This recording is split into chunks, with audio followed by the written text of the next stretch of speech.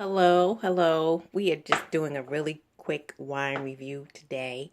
And let me see. Our wine of choice is something you're probably not going to find. If you might run into it, depending on where you live.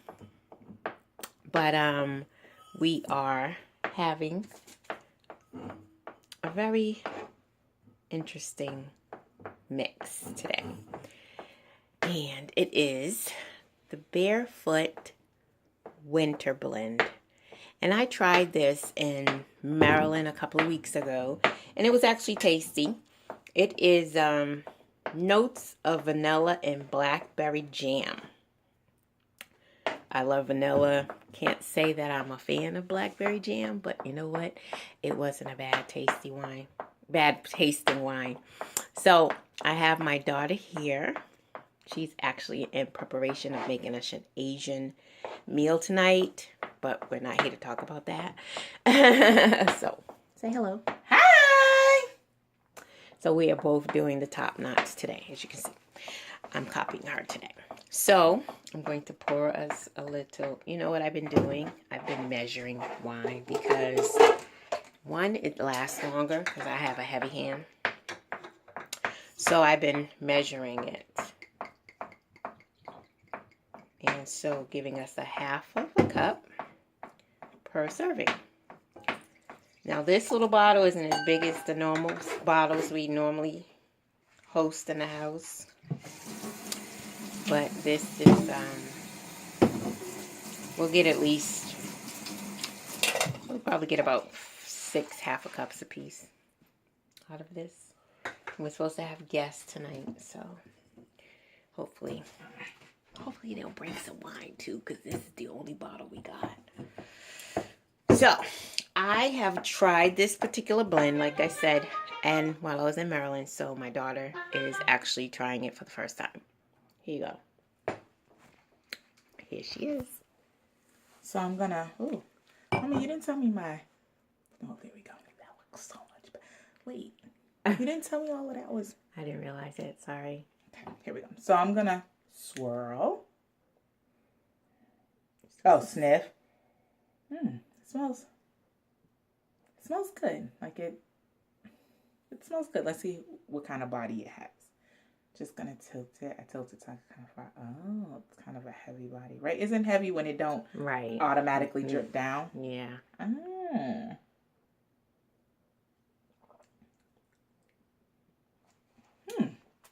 It's not bad. It's pretty smooth. It doesn't have a bitter aftertaste, which some wines, red wines, do. It has like a hint of sweetness to it. It's just like the perfect amount of sweetness.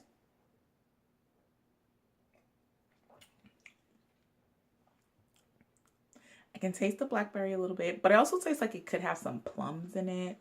I like it. Very nice. When this lady had went away to Maryland, she called me and told me that she got me a bottle of this wine.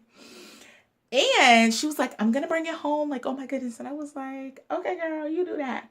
She gets home and she was like, so what had happened was I had to drink it. What you mean you had to drink it? All right. Here's why I had to drink it.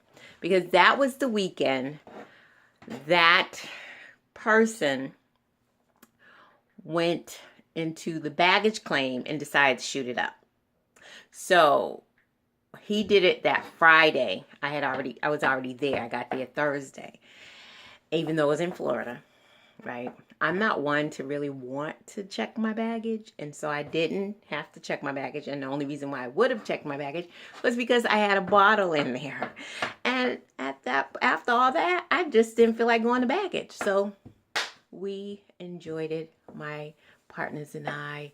It was pretty tasty. So that's the only reason. But I was so happy today. I was on my 90-minute walk.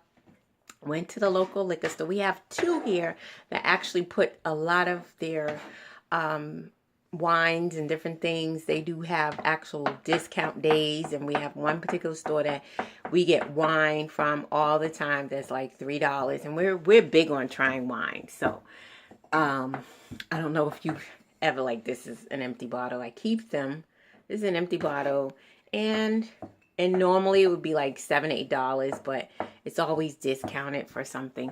I keep empty bottles because I make sangria, and I do have building up my little clientele to sell. Anyway, so